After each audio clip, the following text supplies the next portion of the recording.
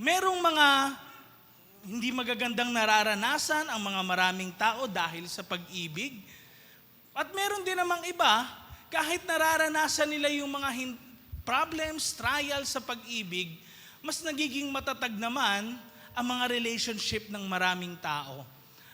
Alam niyo po, meron talaga tayong dapat pagbayaran pag tayo ay nagmamahal sa kapwa. Regardless kung boyfriend yan o pag-girlfriend mo, regardless kung asawa mo yon o anak mo, kasi lahat tayo nakakaranas ng marami tayong mga relationship sa mga tao.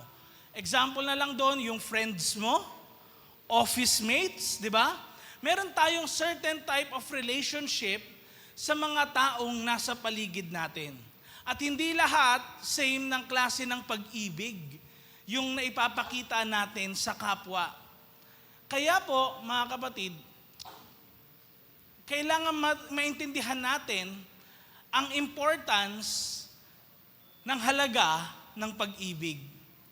Kasi yung pag-ibig, isang makapangyarihang bagay. Actually, nagtatransform to ng buhay ng tao. Sino sa inyo kapag halimbawa, kinilig kayo, nabubuhayan yung loob nyo? Di ba?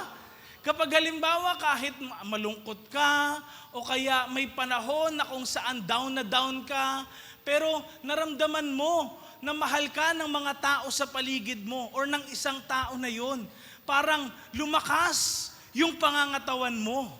Sino nakaranas ng ganon? I believe marami sa ating nakakaranas ng ganon. Kaya lang, may mga relationships na mga hindi nagtatagal. By the way, may trivia ako sa inyo. Excited ba kayo dito sa trivia na to? Alam nyo, meron 4 na marriages na pinakamabilis na naanal or na-divorce sa buong mundo. Particularly sa Amerika. Kilalang-kilala natin siguro itong tao na ito. Sino po nakakilala kay Kim Kardashian? Kilala nyo? Si Kim Kardashian po ay sikat na mga fashion icons, ano? At napangasawa niya po si Chris Humphries noong 2011. Pero alam niyo po, kinasal sila tapos after 72 days, at saka po sila nag-divorce. So ilang months yon? Halos 2.5, di ba? Parang ganon. And next naman po, si Carmen Electra at saka si Dennis Rodman. Sino sa inyo nanonood ng basketball? So si Dennis Rodman, kilala nyo na teammate siya ni Michael Jordan. And napangasawa niya po si Carmen Electra noong 1998. And alam niyo po ba na sila po ay naging mag-asawa lang ng 9 na araw bago sila nag-divorce. Sino sa inyo kilala si Nicolas Cage? Kilala nyo? Marami siyang mga films, di ba? Katulad nung Ghost Rider. At saka nung iba pang mga Hollywood films. Napangasawa niya po si Erica Koike. And alam nyo kung ilang araw lang nag-last yung marriage nila? Tanungin nyo ako. Ilan? Come on. Sabay-sabay naman. 1, 2, 3, go. 4 na araw lang. Parang nag-ano lang, no? Nag-camping ka lang sa labas, tapos biglang hiwalay na kaagad. Ito po ang pinakamatindi, mga kapatid. Sino sa inyo nakakilala kay Britney Spears? Si Britney Spears po, noong 2004, napangasawa niya po si Jason Alexander. And 55 hours lang sila naging mag-asawa. So in just a matter of 2 days, dun lang sila nagsama tapos naghiwalay din. Pwedeng masasabi natin, Pastor, ganyan talaga ang pag-ibig. May presyong babayaran. Pwedeng masasaktan ka o kaya hindi rin nagtatagal ang lahat. Pero alam niyo po, tayo ay tinuturuan ng Bible na meron talagang halaga tayong dapat pagbayaran kung tayo ay magmamahal sa iba.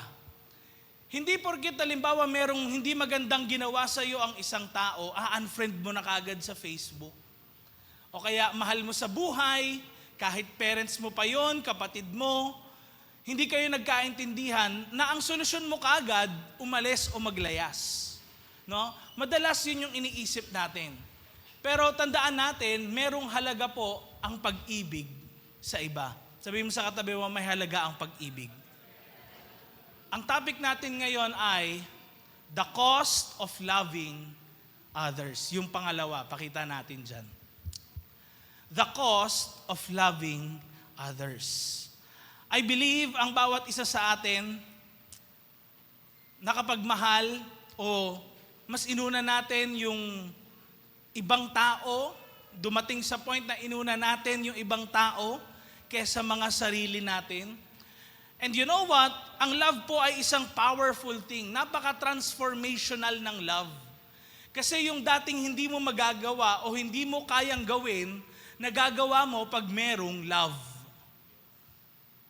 I believe na ang bawat isa sa atin, siguro dumating yung time na kung saan meron ka sigurong crush nung high school or sa office, na kung saan papasok ka ng trabaho o kaya pupunta ka ng church naman na dati nalilate ka o kaya wala kang ganang pumasok, hindi ka gano'n nag-aaral maigi o kaya pagdating sa office, medyo tinatamad kang konti, pero pag doon mo na-meet yung taong na na-attract ka, tapos na mahal mo na rin siya, naibig mo na rin siya, ano nangyayari sa atin?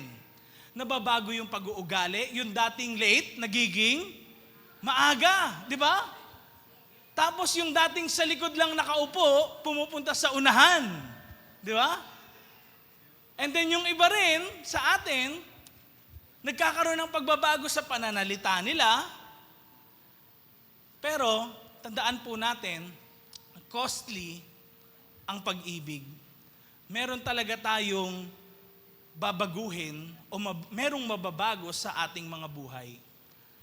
Kaya po, number 1, love requires something in our lives. Ang pag-ibig ay naghahangad po ng isang bagay sa ating buhay. Marami po yun, pero isa lang yung naging point ko po under dito, o dalawa lang sila na point na under dito, na requirement pagdating sa pag-ibig sa kapwa. Love requires, mga kapatid, next slide, sacrificing convenience. Pag sinabing sacrificing convenience, yung kung ano yung mas okay sa'yo na isasantabi mo ngayon. Kung example, kailangan mong matulog, maisasantabi mo yung pagtulog para lang sa mga taong mahal mo. Hindi ko po alam sa inyo kung sino na rin may nakaranas na kayo nagbantay sa ospital para sa mga mahal nyo sa buhay. Di ba? O kaya naranasan nyo ba na minsan gumising ng maaga dahil ihahatid mo yung jowa mo dun sa trabaho o kaya sa school? May mga ganun ba dito? Parang ayaw pa umamin ng iba. O kaya, meron siguro sa atin, hindi na lang kakain, ipapakain niya pa sa anak niya, ipapakain niya sa asawa niya, para lang sila masatisfy. Alam niyo po, love requires sacrificing convenience. Sa Bible po, may kakaibang pag-ibig na naipakita sa isang parable si Jesus. Ang parable po ay mga stories na kung saan kapupulutan ng aral ng isang tao kung talagang iisipin niya lang maigi yung sinasabi nung story na yon. Alam niyo po, sa Luke chapter 10 verse 25 to 37, may parable po na ang tawag The Good Samaritan. And gusto ko po kayong bigyan ng background sa mga kinakausap po ni Jesus nung unang panahon na ito. Ang pagiging Samaritan po ay hindi magandang background.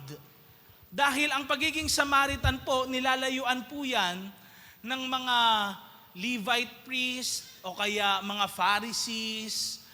Dahil sila po, hindi sila or wala silang close relationship with God. At sila rin, nahaluan na rin ng ibang lahi, yung family nila. At ganoon din naman, sila po lahat, meron silang buhay na kung saan parang iba dun sa standard ng mga taong naniniwala sa Diyos. So, meron tayong mga standard sa buhay natin. May mga taong kaya lang natin sila friends kasi meron tayong nakikita sa kanila na comfort, peace sa kanila. May mga ugali sila na tingin natin, jive tayo sa kanila. May mga practices sila na okay para sa atin. Pero once na merong sa circle ng friends natin, na parang ayaw na nila may time na parang ayaw na natin sila makasama dahil may ginagawa silang hindi maganda, may bad influence sila na nakikita mo, o kaya may time na kung saan yung standards natin hindi na nila nami-meet. Kaya tuloy, may time din na hindi na natin sila kinakausap.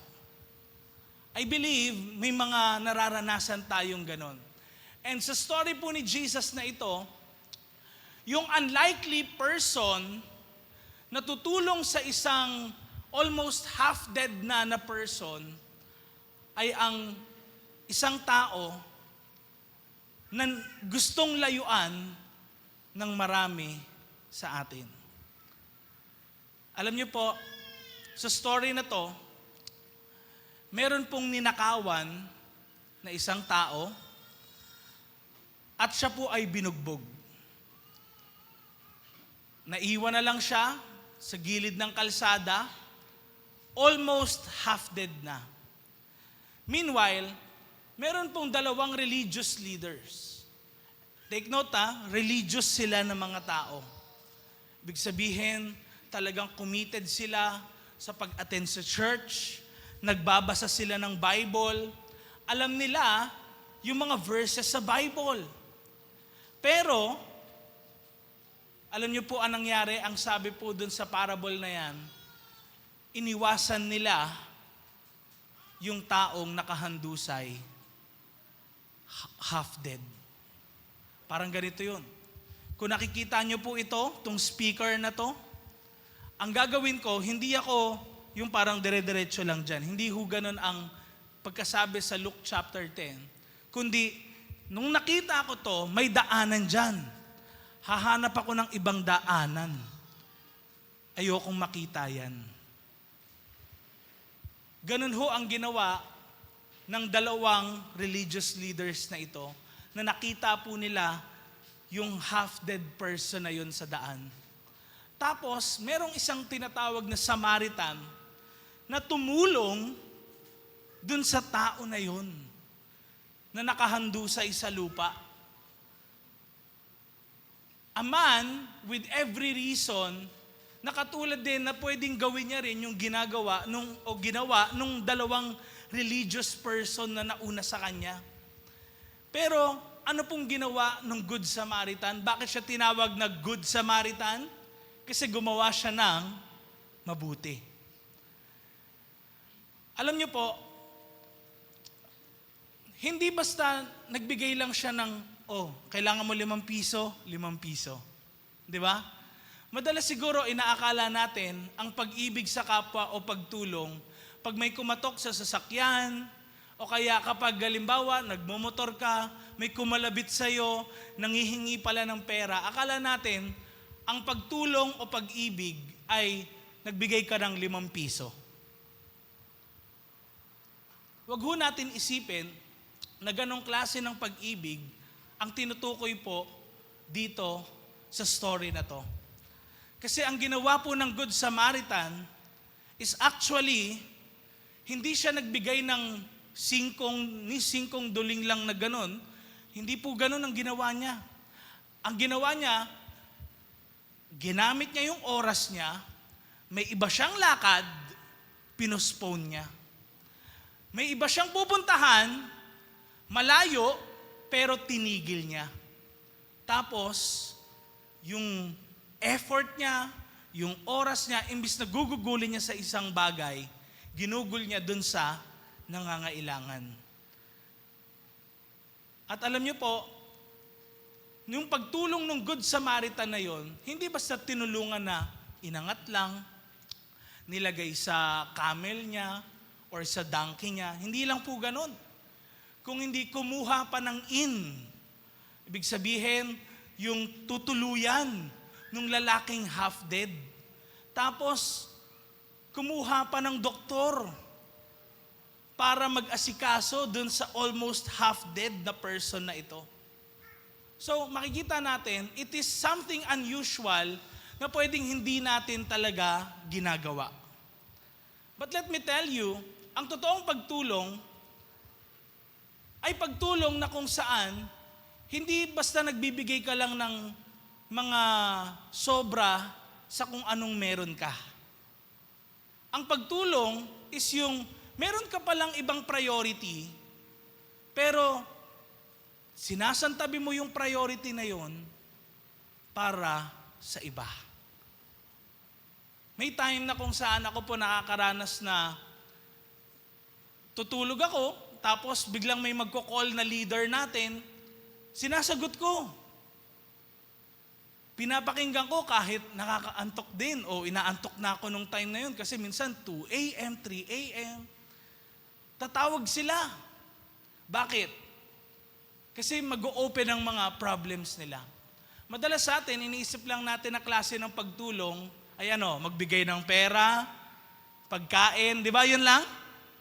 But sometimes today, dahil marami rin tayong problems, it's just more than money, more than food, di ba?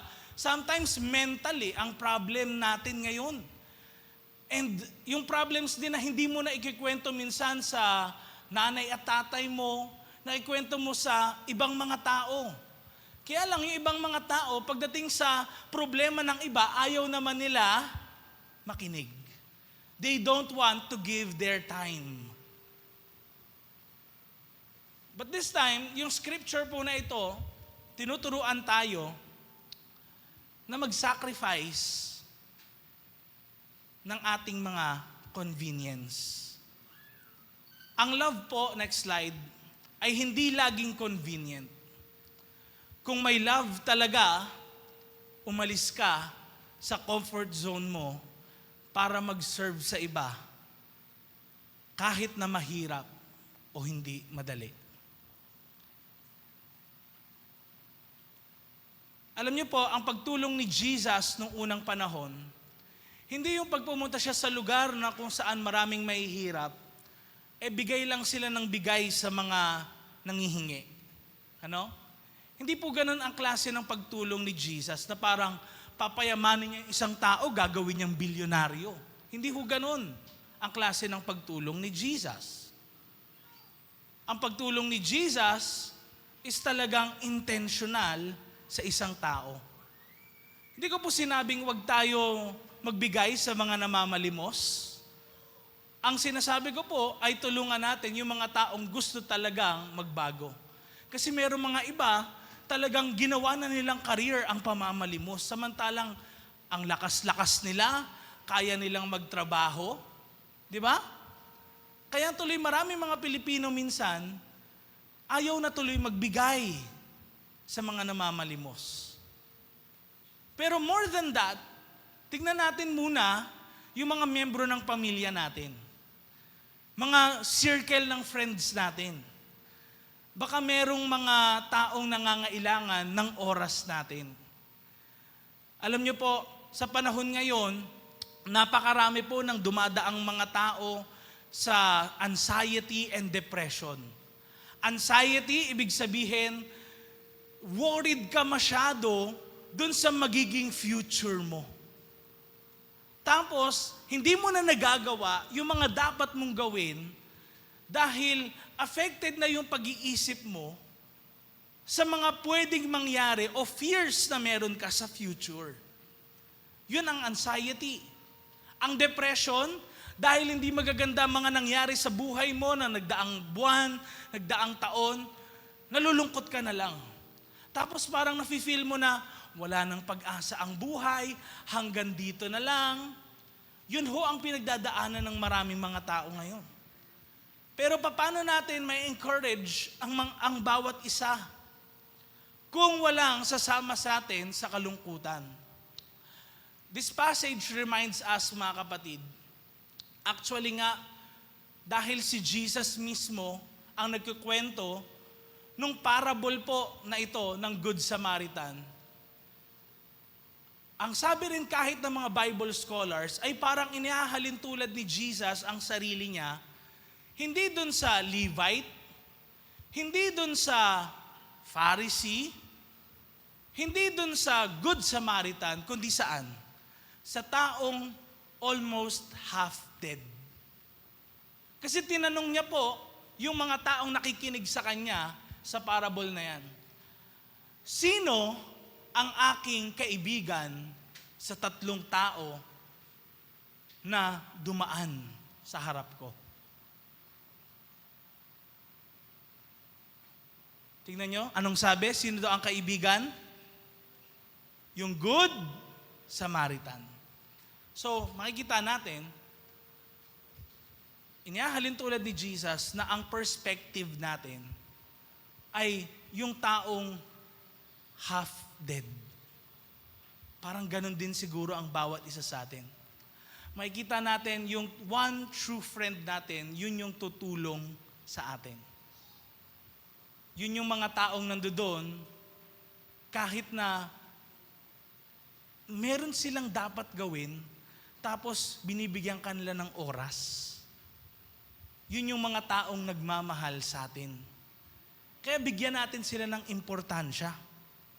Dahil kawawa po ang mundo natin kung wala tayong magiging pakialam sa kapwa natin.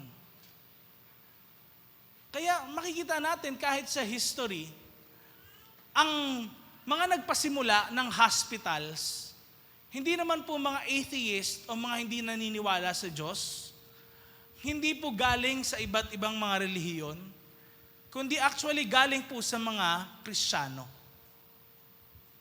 Because Christianity, ang center talaga ng message ng Christianity is all about love.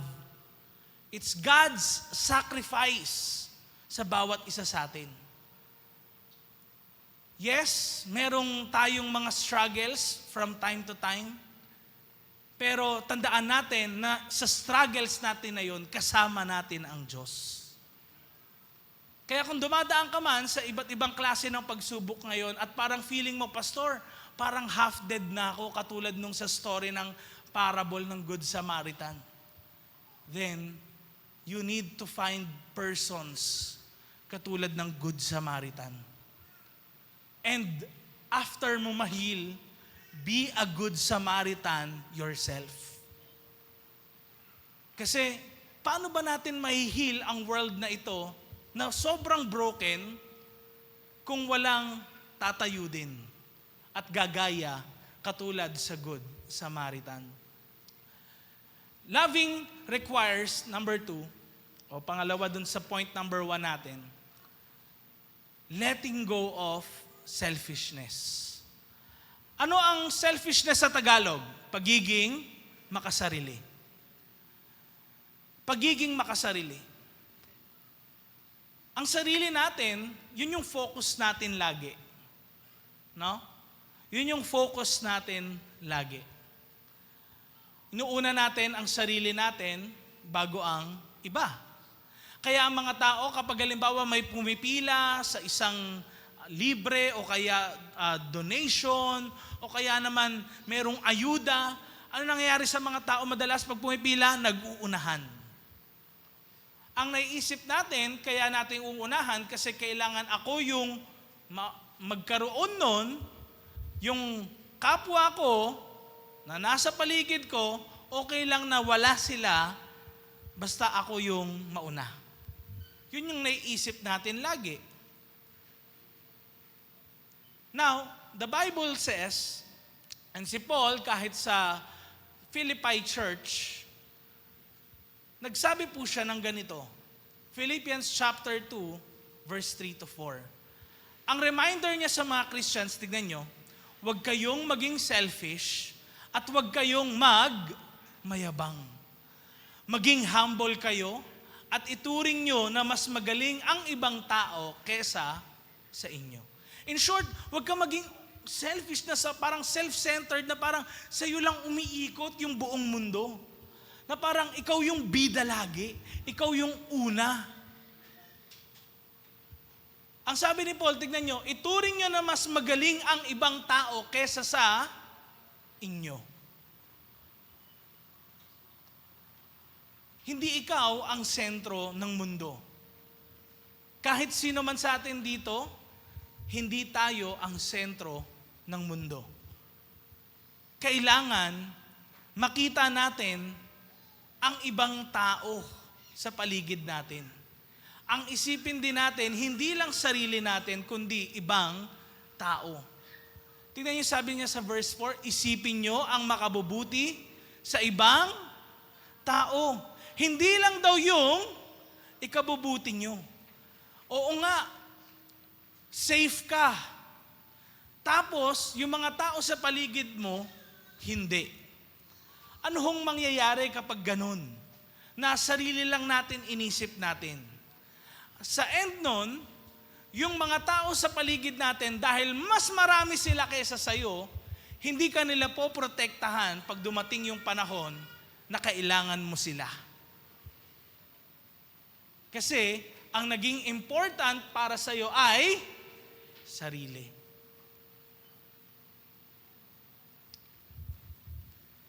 Pwede rin sa atin. Nawawalan tayo minsan ng pasensya sa isang tao, nagagalit tayo. Minsan, nabubulyawan natin kagad ang isang tao, kaya nag-outburst tayo. Ako po, nung age ko, mga 14, 15 years old, yun yung pamamaraan ko actually to control yung ibang mga tao sa paligid ko. Para masunod yung gusto ko, magagalit ako, magbe-burst out ako. Kasi, niisip ko, kapag galit ako, alam na nilang galit ako na yung masusunod. Di ba? Tignan nyo, sa isang conversation, minsan, nagtataasan ng boses. Di ba? Bakit nagtataasan ng boses? Kasi, pag mas malakas at mas mataas ang boses mo, feeling ng mga tao, mas greater sila. Mas dapat silang pakinggan. But I realized something about it. Na hindi pala yun makukuha sa pataasan ng boses. Hindi makukuha na tama ka kapag galit ka. Kasi sometimes, next slide, ang ibig sabihin ng love ay, mali ako, sorry. Sometimes yun ang ibig sabihin ng love. Admitting na tayo ay nagkamali. Pag kayo nagkaroon ng pag-aaway ng mga mahal nyo sa buhay o mga taong mahal nyo, pataasan ng pride, di ba? Ay, di ako magsasorry, siya naman yung mali. Tama ba? Di ba?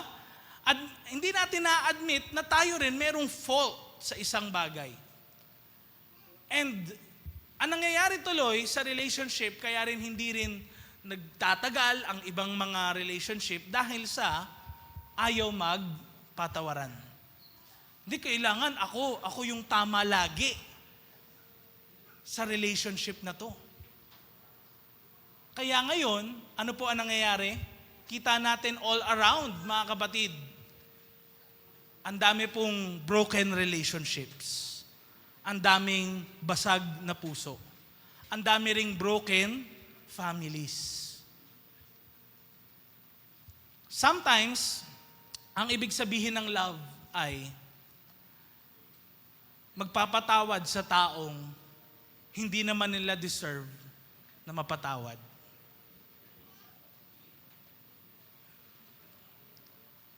Sino sa inyo, nagkasala na kayo sa isang tao, tas parang feeling nyo, hindi nyo naman deserve na mapatawad. Parang, nag-sorry ka na sa kanya, tapos, sige kahit wag mo na lang ako patawarin. Basta gagawin ko na lang to. Aayusin ko na lang yung buhay ko. Itatama ko na lang yung mali.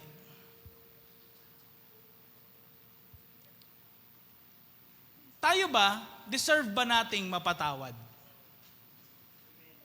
Matanong ko po ang bawat isa sa atin, deserve mo bang mapatawad?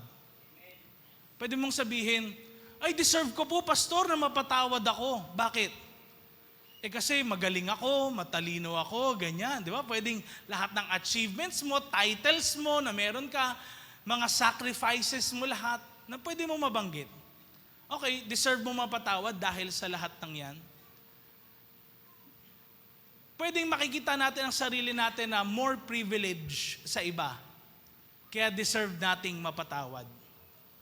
Pero sa mata ng Diyos, mga kapatid, sa mata ng Diyos, kahit ano pang achievements yung meron ka, hindi naman yun yung passport mo sa langit. Hindi po nakalagay sa Bible na kapag nagkaroon ka ng masteral degree, doctorate degree, naging mabait kang bata, hindi ka nagsisinungaling ni isa, pero may galit ka sa puso mo, pwede kang pumasok sa langit. Wala po nakalagay na ganon sa Bible. Na kahit isang kasalanan lang, okay na, mas marami naman nagawa kong mabuti. Kahit saan po kayo magbasa from Genesis to Revelation, wala tayong mababasang ganon. Actually nga, kung may isang tao daw na parang overconfident siya sa sarili niya at feeling niya makakapasok siya sa langit dahil sa mga mabubuting ginagawa niya, doon siya madi-disappoint. Kasi ang papasok sa langit, hindi naman talaga yung feeling nila, tingin nila, mabuti sila, kundi yung mga taong nagtitiwala sa Diyos. Ang papasok sa langit ay yung mga tao rin na nagpapatawad sa kanilang kapwa. Gaya ng pagpapatawad ng Diyos sa bawat isa sa atin. Kaya, bakit ka papatawarin ng Diyos sa mga kasalanan mo kung ikaw naman hindi ka nagpapatawad sa iba? Sa Matthew chapter 17, wala po dyan, pero gusto ko na lang ikwento sa inyo. Meron pong isang slave na merong napakalaking utang sa hari. At pwede pong bilhin yung asawa niya, anak niya, lahat ng ari-arian niya, lahat din ng meron siya, buong pagkatao niya. Doon sa amount na yun. Talagang exceeding talaga yung amount. At nung bayaran na, sa harapan ng hari, sabi niya, patawad po, mahal na hari, hindi ko kayang bayaran yung pagkakautang na yan. Pero alam niyo, sabi ng hari sa kanya, okay na, di mo na kailangang bayaran. Ha? Marami pong salamat. Talagang totoo ba talaga to? Na yung pagkakautang ko, hindi ko na mababayaran. Okay na, sige na, umalis ka na. Umuwi siya, tuwan-tuwa siya, matalon-talon pa siya. Tapos, alam niyo nangyari? Nakita niya yung kapitbahay niya. Uy, yung may utang sa akin, no? Teka, lapitan ko nga. Paglapit niya, sabi niya, oy, bayaran mo na utang mo. Tas talagang siningil-singil niya. Siguro kung meron lang time ng social media noon, baka pinost niya pa sa Facebook eh. No? Ito yung taong hindi nagbabayad ng utang. Yan, di ba? Pwedeng ganun eh. Kung nung time lang noon siguro may ganun. Nako, di ba? Tapos alam niyo nangyari, nalaman ng hari na itong pinatawad niya sa kanyang malaking pagkakautang, sinisingil yung ibang mga nagkakautang sa kanya. Pinatawag niya ngayon. Sabi niya, bakit mo sinisingil yung iba sa pagkakautang nila sa'yo? Samantalang pagkakautang nila sa'yo, ang liit-liit lang. Kung ikukumpara sa laki ng amount na pinatawad ko sa'yo. Dahil dyan, sabi niya, lalayo kita sa akin. Dun ka sa kadiliman. So, anong lesson na makikita natin dun? Magpatawad tayo dahil tayo ay pinatawad ng Diyos. Hindi man madali, hindi ko po sinasabing magpatawad ka kaagad kahit ano, kahit mabilis lang. Hindi. Kung masakit para sa'yo, i-process mo muna. Humingi ka rin ng grace kay Lord. Lord, hindi ko po mapatawad yung taong to. Talagang sinaktan niya po ako. Talagang Lord, binigay ko ang lahat pero walang nangyari. Bigyan niyo po ako ng grace para magawa kong mapatawad ito. Itong taong to. And I believe the Lord will release you. Amen? Mukhang marami dito hindi nagpapatawad Parang ayaw mag-amen. Sabi mo sa katabi mo, magpatawad ka na.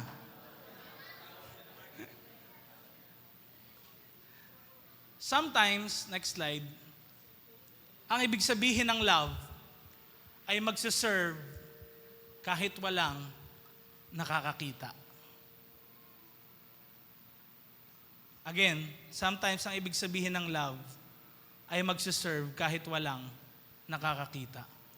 Sa day and age po ng social media ngayon, makikita natin talamak sa Facebook kahit nung December, lahat ng mga tumutulong sa mga nangangailangan, binibidyohan pa, di ba? Tutulong sa mga nangangailangan, may picture lagi, di ba? Laging ganun nakikita natin. Pero sa totoo lang, in the Bible, sabi ni Jesus, kung meron kang gagawin na mabuting bagay, gawin mo in secret. It's better na may ginagawa kang mabuting bagay na hindi alam ng mga tao. Na parang napapapurihan ka pa dun sa ginawa mo na yon. Wow, ang bait-bait niya naman. Wow, grabe, ang laki naman ng binigay niya. Wow, ang generous naman itong taong ito. Pero malalaman mo ang puso ng isang tao, paano kung hindi na siya navi-video? Paano kung hindi na siya nakikita ng maraming mga tao? Paano kung walang ibang nakakaalam na ikaw pala yung nag-donate nun? Magdo-donate ka pa rin ba? Magbibigay ka pa rin ba? Kung hindi na mapapapurihan yung pangalan mo, gagawin mo pa rin ba yung mabuti? Baka kaya ka lang naglilinis sa bahay kasi pumunta yung jowa mo dun. Di ba? Baka kaya ka lang nag-ayos ng mga gamit mo kasi may mga pupuntang taong mga importante sa buhay mo. Doon natin makikita ngayon, anong ibig sabihin ng love? Ang love, sometimes, ay magsuserve kahit walang nakakakita. Alam niyo po, kahit yung mga parents ko po, may time na kung saan nagkakagalit-galit din kami. No? At alam nyo, kahit diyan sina Bishop, sina Rev, at saka ako rin, nagsosorry din kami, No? Hindi yun parang, ay, sina Bishop, dapat ako mag-sorry kasi Bishop siya, di ba? Parang gano'n. Inisip natin, minsan gano'n Pero sa totoo lang, kasama yun part yun Pero at times din, kapag nagkakagalit kaming ganyan, biglang hindi kami mag-uusap, tapos mamaya-maya, may pagkain na. Nakuha nyo? Hindi nakikita, kahit magkagalit, kahit merong di pagkakaintindihan, merong kang ginawa para dun sa tao pa rin na mahal mo. Hindi ibig sabihin pala na nagkakagalit, wala ka nang gagawing mabuti sa kanya. Ang love matitest kapag may gumawa sa'yo ng hindi maganda. Ano ang igaganti mo sa kanila? Pangalawa, point number 2 natin, love costs important things in our lives. may halaga po na sinisingil ang pag-ibig. Pero hindi yun basta simpleng bagay lang. Sa pagmamahal sa ibang mga tao, pwede pong mga importanteng bagay yung kunin o singilin sa atin para lang sa pag-ibig. Alam niyo po, tinuturo ng mundo sa atin na kapag ginawa sa'yo to ng isang tao, kailangan maramdaman din nila yung kung ano yung pain na ginawa nila sa'yo, iparamdam mo sa kanila para hindi na nila gawin din ulit. Pero alam niyo po, hindi yun matatapos. Hindi pwedeng maging eye for an eye lagi. O kaya tooth for a tooth. Kasi kung eye for an eye, bulag po tayong lahat dito sa mundo. Kung ginawa mo to sa akin, gagawin ko rin sa'yo. Pabalik-balik lang.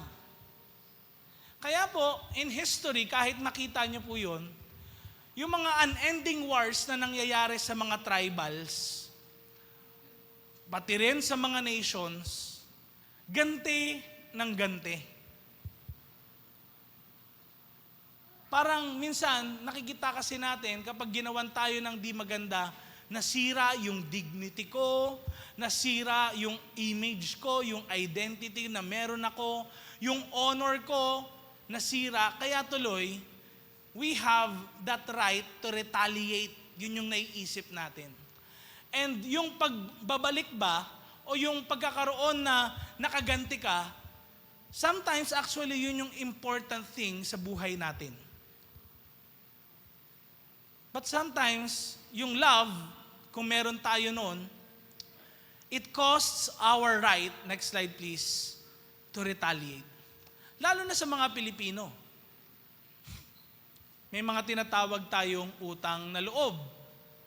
Hindi naman ito yung retaliate na parang babalikan mo ng masama ang isang bagay. Pero makikita natin, retaliate, it is returning something. Di ba? Returning something. Kung ginawa sa'yo, gagawin mo rin sa kanila. Kaya tingnan niyo yung Filipino term na utang na loob, di ba? Tinulungan kita noon, anong babalik sa'yo? Tutulungan ka rin dapat. Yun yung iniisip natin. Kaya tuloy, ang iniisip ng mga tao, kapag ikaw nagmahal, kailangan mahalin ka ulit. O mahalin ka pabalik. Parang akala natin ang pag-ibig ay matatawag na pag-ibig kapag naibalik yung pag-ibig na yon. Di ba? Ang pag-ibig ba magiging pag-ibig pa rin kung isa lang ang umiibig? Yes. Because that is true love. Wala kang ginawa para dun sa tao na mabuti, at kahit hindi niya ibalik yung pag-ibig na yon, hindi nagbago yung pag-ibig o nararamdaman mo para sa Kanya. That is actually the love of God na hindi natin maintindihan. Dahil ang nature ng tao, ang nature ng bawat isa sa atin ay gantihan ang isang bagay. Di ba? O dapat gantihan. Mabuti man o masama, dapat may ganti. Pero paano nga kung wala? Paano nga kung wala? Hindi na ba mahal? Titigil na ba? Kaya tignan niyo po ang Romans chapter 12, verse 17 to 19. Ang sabi po ni Paul sa mga Christian sa Rome, tignan niyo po ang sabi, kahit ginawan kayo ng masama, huwag niyong gantihan. Gawin niyo kung ano ang mabuti sa tingin ng lahat. Kaya hanggat kaya nyo, pakisamahan nyo ang lahat ng tao. Take note, again tignan nyo, pwede bang basahin natin siguro para aloud, para mas maintindihan natin? Come on, sabay-sabay. 1, 2, 3, go. Kahit ginawang kayo ng masama, huwag nyong gantihan. gawin nyo kung ano ang mabuti sa tingin ng lahat. Hanggat kaya nyo, pakisamahan nyo ang lahat ng tao. Now, tignan nyo, no? Ginawa kayo ng masama, wag daw gantihan. Wag gantihan kahit ginawa ng masama. Dito lang, actually, sa Christianity mo, makikita yung katuruan na yun. Kaya tingnan nyo, ang most bullied religion in the world, hindi ang Muslim, hindi Hindu, hindi Buddhist, hindi ibang mga relihiyon, kundi Christianity. Bakit? Kasi hindi tayo lumalaban.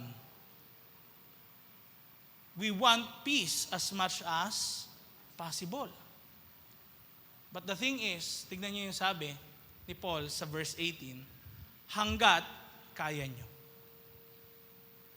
Bakit si Paul nagsabi na hanggat kaya nyo? Because our love can't compare to the love of God. Kahit anong gawin ho natin, hindi natin kayang abutin yung klase ng pag-ibig na meron ang Diyos. That is reality. Hindi natin pwedeng pantayan yung pag-ibig na meron ang pag-ibig si Lord. Pero ang sabi dito, hanggat kaya nyo. Merong limitation ang tao. And I believe meron tayong certain threshold. Bago ka magalit, bago magkaroon ng hindi magandang bagay na pwede kang magawa, pwedeng, meron kang punot dulo lang na kayang-kaya mo. Now, still, sinasabi ni Paul, hanggat kaya nyo. Hindi ibig sabihin, pag nag-90% na, hindi ka napapayag. Kumbaga, kailangan hanggat kaya, hanggang sa point na hindi na talaga, wag mong gagantihan ang isang tao. And ito po ang isa sa mahirap sa pamumuhay bilang isang Kristiyano.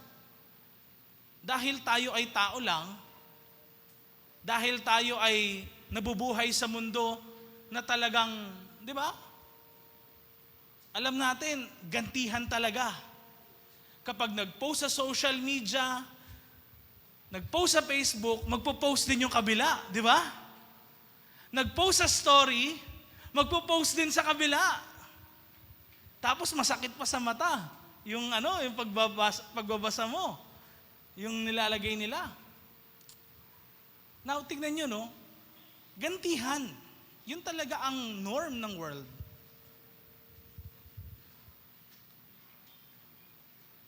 But si Paul, nagsasabing, verse 19, mga mahal kong kaibigan, huwag kayong gumanti. Hayaan niyong ang Diyos ang gumanti kasi sinasabi sa Scripture, ano daw? Sabay-sabay nating basahin, 1, 2, 3, go. Ako ang maghihiganti, pagbabayarin ko ang gumawa ng mali. Sabi ng Panginoon. Naniniwala ba kayo na alam ng Diyos yung tama na parusa sa isang kasalanan? Kasi minsan, kapag halimbawa nagparusa tayo, minsan di ba parang over the board naman. Sino sa inyo dito yung umuwi ka lang ng late noon sa bahay tapos grounded ka na 1 buwan? May ganun ba? Pwedeng minsan sabihin mo sa nanay mo, sa tatay mo, parang ang OA mo naman. Kasi, yun lang yung ginawa ko, ang liit-liit lang, tapos grounded ako ng matagal. Minsan, sa totoo lang, tayo lahat, hindi natin talaga minsan mag-gauge or masukat ano ba yung ganti doon sa isang nagawang mali, 'di ba? Hindi natin alam kung ano ba yung dapat na iparusa, iganti, ano man yung dapat na ilagay doon. Pero ang Diyos, alam niya. Ang Diyos ng fairness. Patas. Alam niya kung ano yung klase ng pagpaparusa na dapat maranasan din ng isang tao. Kaya, sinasabi ni Paul na magtiwala tayo sa Diyos na alam niya yung nararamdaman natin, alam niya lahat ng bagay na nangyari sa buhay mo. Hayaan mo siya na siya yung maging judge at hindi ikaw. Kasi yung nakikita natin, again, katulad ng sinabi ko kanina, pwedeng selfish lang. Side lang natin. Di ba? Pag nagkwento ka, syempre, kwento mo yan, ikaw bida dyan. Di ba? Ikaw bida dyan. Paano yung other side nga ng story? Kaya tuloy, tignan na muna natin. Kailangan, ibigay natin kay Lord yung paghihigante. Kasi kung hindi tayo naging fair sa kapwa natin, paano magiging fair si Lord sa atin? Gusto mo ba maging fair si Lord sa'yo? Maging fair ka rin sa kapwa mo. Kaya katulad din sinasabi ni Lord, hindi daw papasok sa langit ang hindi nagpapatawad sa kanyang kapwa. Pinatawad na kita, magpatawad ka rin ng iba. Sabi mo sa katabi mo, patawarin mo na. Sa kabila, sabi mo, maging fair ka ngayon sa iba.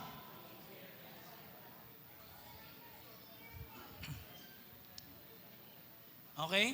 Tingin po lahat dito ngayon sa screen. Next slide. Kung magmamahal ka, maghanda ka ding masaktan.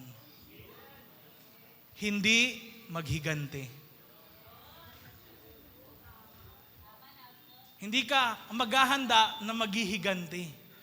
No?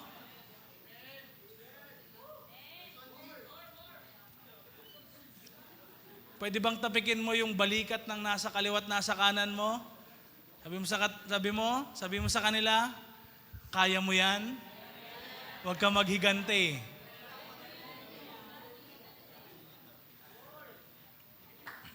Pero alam nyo, pwede naman yan maiwasan.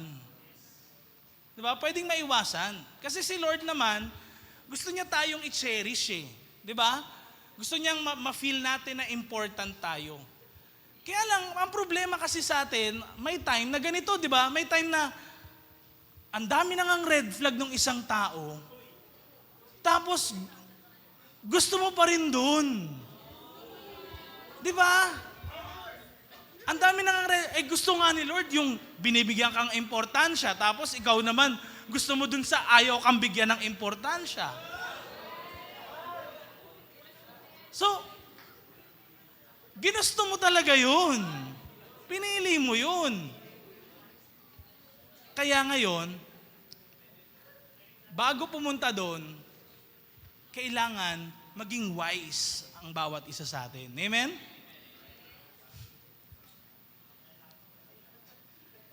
Ngayon, wag po natin aasahan ang pag-ibig ng kapwa. Again, wag natin aasahan ang pag-ibig ng kapwa. Hindi ko po alam yung background nyo, ha? Hindi ko alam yung background nyo. Sa family, baka iba-iba yung klase ng background nyo sa family. Di ba? Pwedeng may pamilya na nakagawa ka lang ng di maganda, bubugbugin ka ng tatay mo, nanay mo. Di ba? Pwedeng ganun eh. May isa namang pamilya na kapag nagkaroon ng awayan, layasan lahat, hindi na nag-uusap, 1 taon, 2 taon, 3 taon. May nakausap na akong ganun eh. Sabi niya, bago daw siya mag-encounter noon, hindi sila nag-uusap ng nanay niya, 3 taon. Walang usap-usap, pero nasa isa silang bahay. Iba-iba tayo ng dynamics ng family. Pero tandaan natin, iisa pa rin yung principle na dapat nating lakaran. Hindi tayo dapat magtiwala sa pag-ibig ng kapwa, kahit pamilya pa natin yan, nagsasabing, ikaw lang yung mahal ko at wala nang iba. Huwag mong pagkakatiwalaan yun. Ang pagkatiwalaan mo lang, ang pagmamahal ng Diyos. Amen?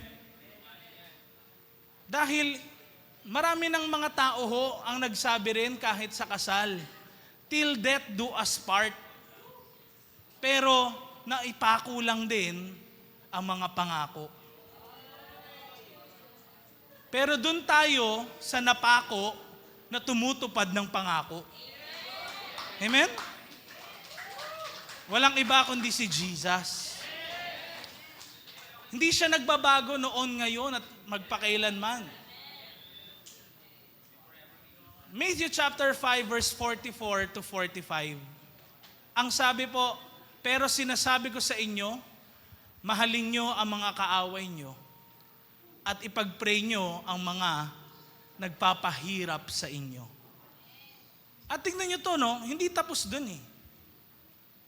May next na sinabi si Jesus na napaka-importante. Tingnan nyo para maging mga anak kayo ng inyong Ama sa langit. Tingnan nyo mahalin nyo ang mga kaaway nyo at ipag-pray nyo ang mga nagpapahirap sa inyo. Madaling magmahal. 'Di ba? Kung mahal ka rin. Madaling magmahal pag maganda yung ugali nila towards you. Pero paano kung hindi? Paano kung hindi? Mamahalin mo pa rin ba? Paano kung parang nagbago na? Paano kung hindi na tulad ng dati? Mamahalin mo pa rin ba? Now, take note verse 45. Sabay-sabay nating basahin, 1, 2, 3, go. Para maging mga anak kayo ng inyong Ama sa langit. Ang important sa atin, ano yon? Love costs our right to retaliate. Pero pangalawa doon, ang pinaka-important sa atin is our security. And sometimes, dahil sa pag-ibig, hindi tayo nagiging secure. Alam niyo ba yon? Kung iniisip mo na minsan, doon mo makikita sa pag-ibig yung security, nagkakamali ka. Hindi po totoo yun. Na doon mo makikita sa pag-ibig ang security kasi maraming nakaalam na nung time na kung saan pumasok na sila sa pag-ibig, hindi pala secured kasi ang basis lang ng kanilang pag-ibig ay ang isa't isa. Not the security in the love of God. And sometimes it will cost our security. Kaya tignan niyo po sa paligid natin, marami pong broken family sa panahon na to. At meron po akong nakita na isang article, mga in-interview sila, single mom, single dad. Tinanong po, majority sa kanila, ganito no, sabi, kung ikaw ba mag-aasawa pa, gusto mo pa rin ba?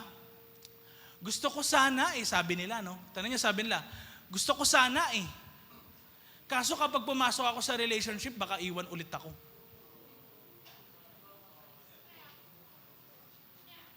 Baka mas okay na siguro na ako na lang. Kasi masaya naman kami ng anak ko. Sabi nila. Doon nila nalaman. Samantalang nung una, marami mga nagsasabi na, mag-asawa ka na. Pumasok ka na sa relationship. Kasi pag hindi mo naranasan yan, sayang. Parang kalahati ng buhay mo na sayang. Yun ang sinasabi actually ng mundo at saka ng social media sa atin. Pero makikita natin, kahit din sa mga ninuno natin, sa mga Pilipino, merong mga kasabihan, di ba, na ang pag-aasawa ay hindi parang isang mainit na kanin kapag sinubo mo ay iluluwa mo din. Kaya maraming iba, sabi na gusto na lang nila maging single kapag iniwan na sila. O kaya kapag may third party. But, dito natin makikita that love sometimes cost our security. Pwedeng hindi ka maging safe dahil sa pag-ibig. Kung iibig ka ng iba, pwedeng ikapahamak mo. In short, pwede kang mapahiya pag nagmahal ka. Hindi po yung pag-ibig, puro kilig lang, tsaka ngiti, tawa.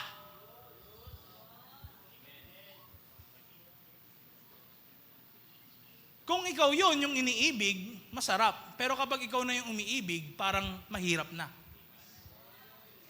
Yun yung reality natin. And that is why, ang hirap magmahal. And tinuruan tayo ni Lord, kasi siya yung una nagmahal sa atin, tinuruan niya tayo, paano ba talaga magmahal? Ang sabi po sa John chapter 15 verses 11 to 14 ay ganito. Sinasabi ko to sa inyo para magkaroon kayo ng kasiyahan na gaya ng akin. Tignan nyo, iniisip natin na dahil sa pag-ibig, parang hindi na tayo magsasuffer, di ba?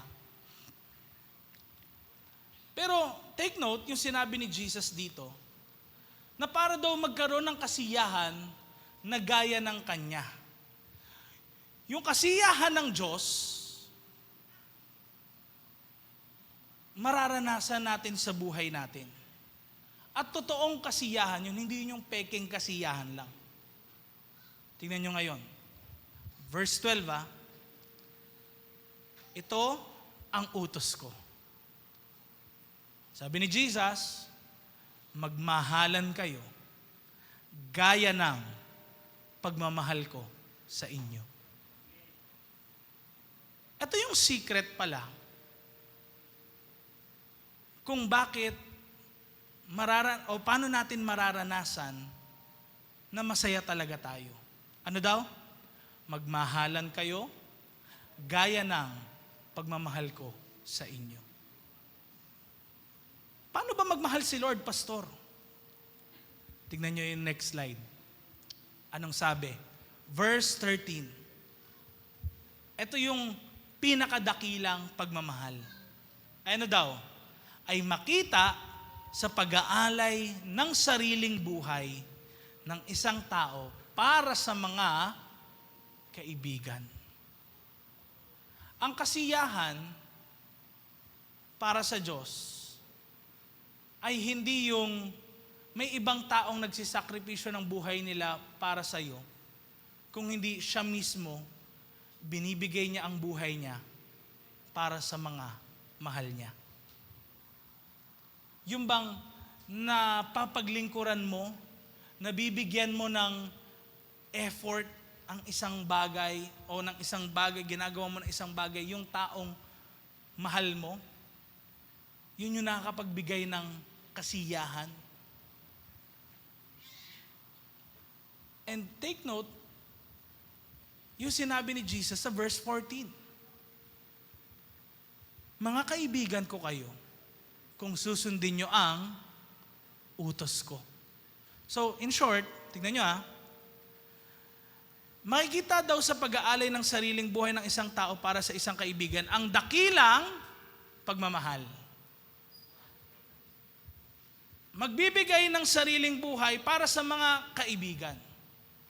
Ang ginawa ni Jesus Christ sa cross ay pag-aalay ng kanyang buhay. Pero ito yung key o susi doon. Dahil, inaalay nga ni Jesus yung buhay niya. Kaya lang, ayaw naman ng maraming mga tao maging kaibigan si Jesus. Ayaw nilang maging kaibigan si Jesus. Bakit? Dahil ayaw nilang sundin ang utos ng Diyos. Ano yung utos ng Diyos? Balikan natin kanina yung sinabi, verse 12. Tignan nyo. Verse 12. Ano ang utos ni Lord? Magmahal kayo, gaya ng pagmamahal ko sa inyo. Alam nyo, nung binabasa ko to, sabi ko, parang may cycle, Parang umikot, bumalik doon. Magmahalan kayo, gaya ng pagmamahal ko sa inyo.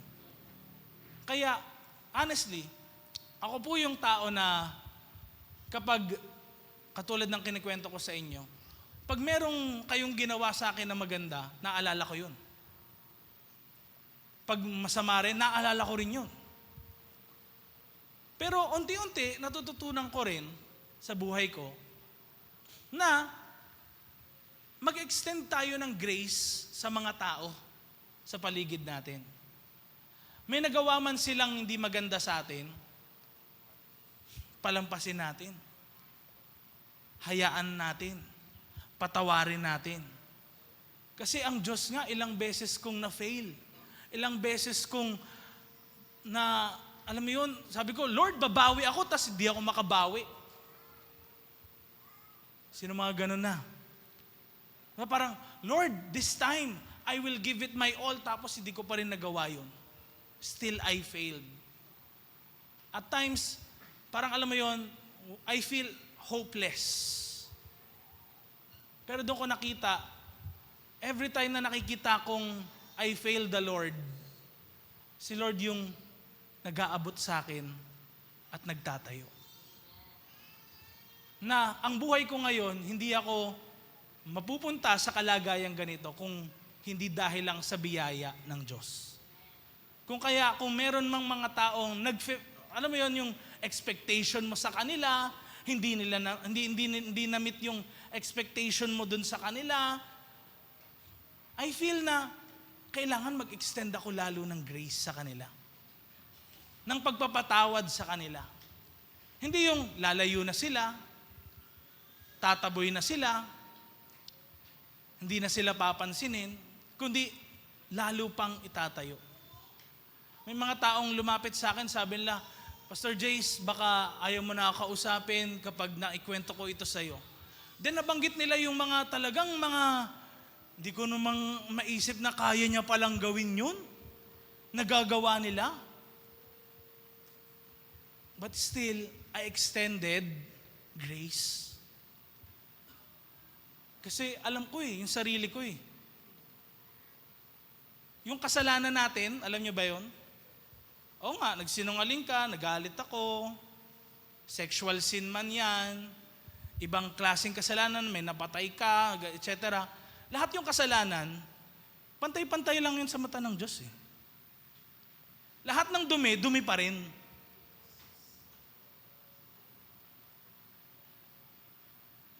Kaya kahit meron kayong, tingin nyo, ang tindi ng kasalanan ko, pastor. Matindi rin kasalanan ko. Kasi sa mata ng Diyos, pare-parehas lang yun . Kasalanan pa rin. Ang thing is, ako ba, lalapit pa rin ba ako sa pag-ibig ng Diyos? Grabe nga siya kung magpatawad sa akin. Isang lapit ko sa Kanya, isang luhod, talagang yung luha sa mata ko, talagang iyak kagad. Tapos nararamdaman ko yung pag-ibig niya sa akin, pagpapatawad niya, pag-renew ng Lord sa puso ko. Tapos, pag meron ding mga taong nagkasala sa akin, I extend that grace as much as possible. Dahil naramdaman ko pinatawad ako ng Diyos . And alam ko, pag humarap ako kay Lord, baka sabihan niya ako, hindi mo pinatawad yung iba, tas gusto mo patawarin kita.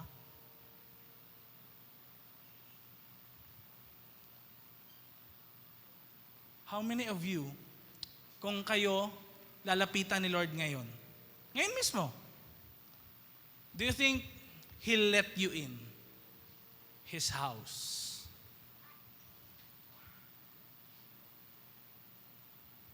There is a cost for loving others. Mahirap magmahal ng ibang tao. Pero kailangan, kasi yun yung patunay na ikaw ay kaibigan ng Diyos. At ang kaibigan ng Diyos, ibig sabihin, kakilala niya. Yun yung pinapapasok sa bahay. Kung meron kayong kaibigan, yun yung napapapasok sa bahay. Yung hindi mo kaibigan, hindi nyo kakilala, hindi mo nyo yun pinapapasok sa bahay. Same thing with us. We will be the Lord's friends kung nagmamahal din tayo sa ating kapwa. Paano mo mapapakita na mahal mo talaga si Lord? yung kapwa mo hindi mo kayang mahalin. Hindi totoong pag-ibig sa Diyos yun. Kasi kung mahal mo si Lord, mahal mo lahat ng gawa niya, lahat ng created in His image, mahal mo. Amen? Yung katabi mo, tignan mo yung katabi mo. Nilikha yan in the image of God. Important yan sa Diyos. Kung important yan sa Diyos, hindi dapat binabaliwala. Kung important yan sa Diyos, papahalagahan mo rin.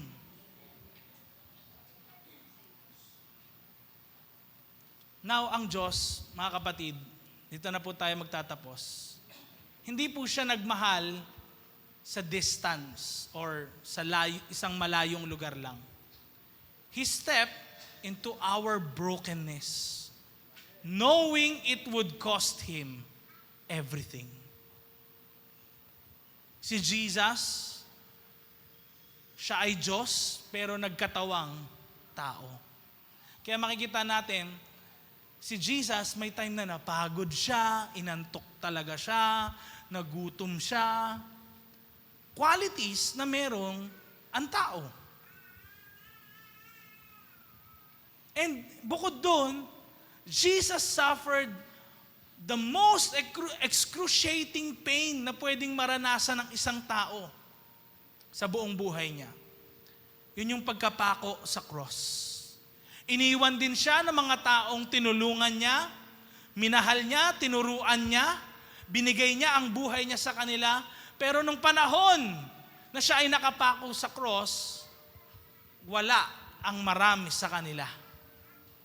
Nasaan na sila nung napako si Jesus?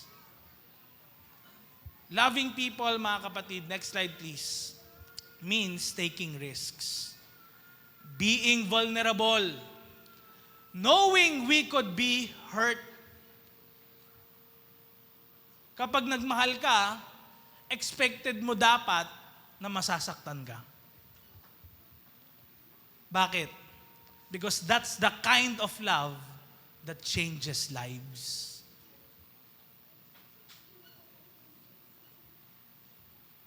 Yun ang klase ng pag-ibig na nagbabago ng buhay. Kaya ngayon tayo, para mapakita natin na mahal natin ang mga tao sa paligid natin. Sabi ng 1 Peter chapter 2 verse 12, dito na po tayo magtatapos. Mamuhay kayo ng may maayos.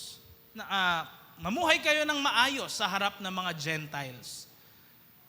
Para kahit nasiraan nila kayo at sabihing gumagawa kayo ng masama, makikita nila ang mabubuting ginawa nyo at pupurihin nila ang Diyos sa araw ng pagdating niya. Tingnan niyo sabi, mamuhay kayo ng maayos sa harap ng Gentiles. Paano ka namumuhay sa harapan ng mga tao sa paligid mo? Sa office mates mo? Sa friends mo? Sa schoolmates mo? Sa mga mahal mo sa buhay? Paano ka namubuhay? Kailangan makita nila ang mabubuti nating gawa. Hindi lang basta pagpunta sa church tsaka marami kang verses na alam. Kailangan nakikita nila ang mabubuting gawa. Tayo po ay manalangin. Panginoon, I believe marami kaming natutunan ngayong hapon. At nakita po namin maigi ang kahalagahan ng pag-ibig. Lord, batid niyo po ang pinagdadaanan ng bawat isang dumalo ngayong hapon na ito. Alam niyo, Panginoon, yung mga sakit na naramdaman nila dahil sa pag-ibig. Walang imposible sa iyo, Panginoon, dahil kaya mo itong pagalingin. Kaya mo, Panginoon, paghilumin ang mga sugat na naranasan nila sa mga taong nakasakit sa kanila. Lord, ang dalangin ko po, maranasan po nila patuloy yung pag-ibig na nagmumula sa iyo, na patuloy na nagpapatawad, nagtsatsaga, and keeps no record of wrongs. Lord, mahirap man magmahal sa kapwa. Dalangin ko po na turuan nyo ang bawat isa sa amin na umibig kahit mahirap. Magmahal kahit hindi madali. Tulungan niyo po kaming mamuhay na umiibig na katulad ng pag-ibig mo sa amin. Hindi man namin magagawang 100%, Lord, pero dalangin po namin, bigyan niyo po kami ng kalakasan na magawa ito. Sa biyaya mo lamang, Panginoon, kami ay nagtitiwala mula sa araw na ito. Amen and amen.